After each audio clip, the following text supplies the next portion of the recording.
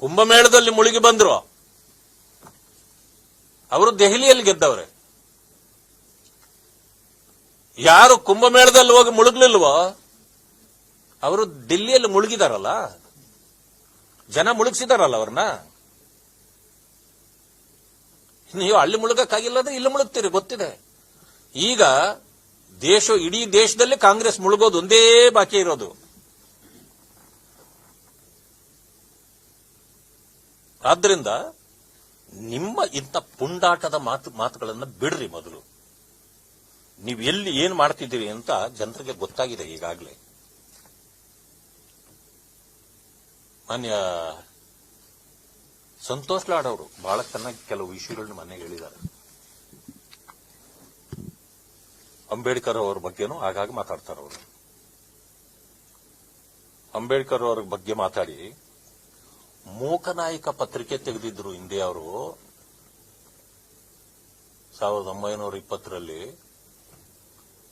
ಈಗ ಮೋದಿಯವರು ಮೂಕರನ್ನು ಮಾಡ್ತಿದ್ದಾರೆ. ಎಂತ ಹೋಲಿಕೆ. ಆದ್ರೆ ನಾನು ಕೇಳ್ತೀನಿ ಅವ್ರನ್ನ, ನೀವು ಇನ್ನೂ ಮೂಕರಾಗಿ ಉಳಿದಿದ್ದೀರಾ? ಈ ದೇಶ ಮೂಕರ ದೇಶ ಅಲ್ಲ. ಆ ಕಾಲ ಬೇರೆ ಇತ್ತು. ಆಗ ಅಂಬೇಡ್ಕರ್ ಅವರು ಬರಬೇಕಾಗಿತ್ತು. ಅವರು ಬಂದು ಈಗ ಮೂಕರನ್ನು ಎಬ್ಬರಿಸಿದ್ದಾಯ್ತು, ವಿದ್ಯೆ ಕೊಟ್ಟಿದ್ದಾಯ್ತು, ಎಲ್ಲರನ್ನೂ ಬುದ್ಧಿವಂತರು ಮಾಡಿದ್ದೂ ಆಯ್ತು.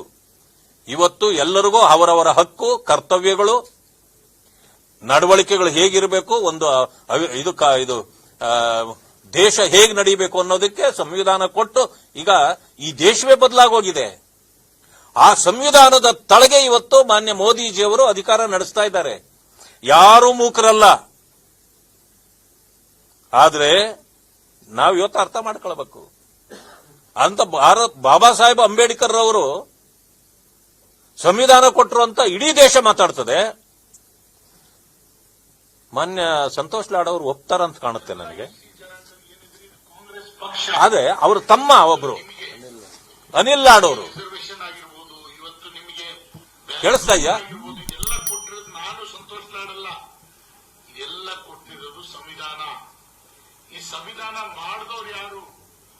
ಇಂದಿರಾ ಗಾಂಧಿ, ರಾಜೀವ್ ಗಾಂಧಿ, ರಾಹುಲ್ ಗಾಂಧಿ.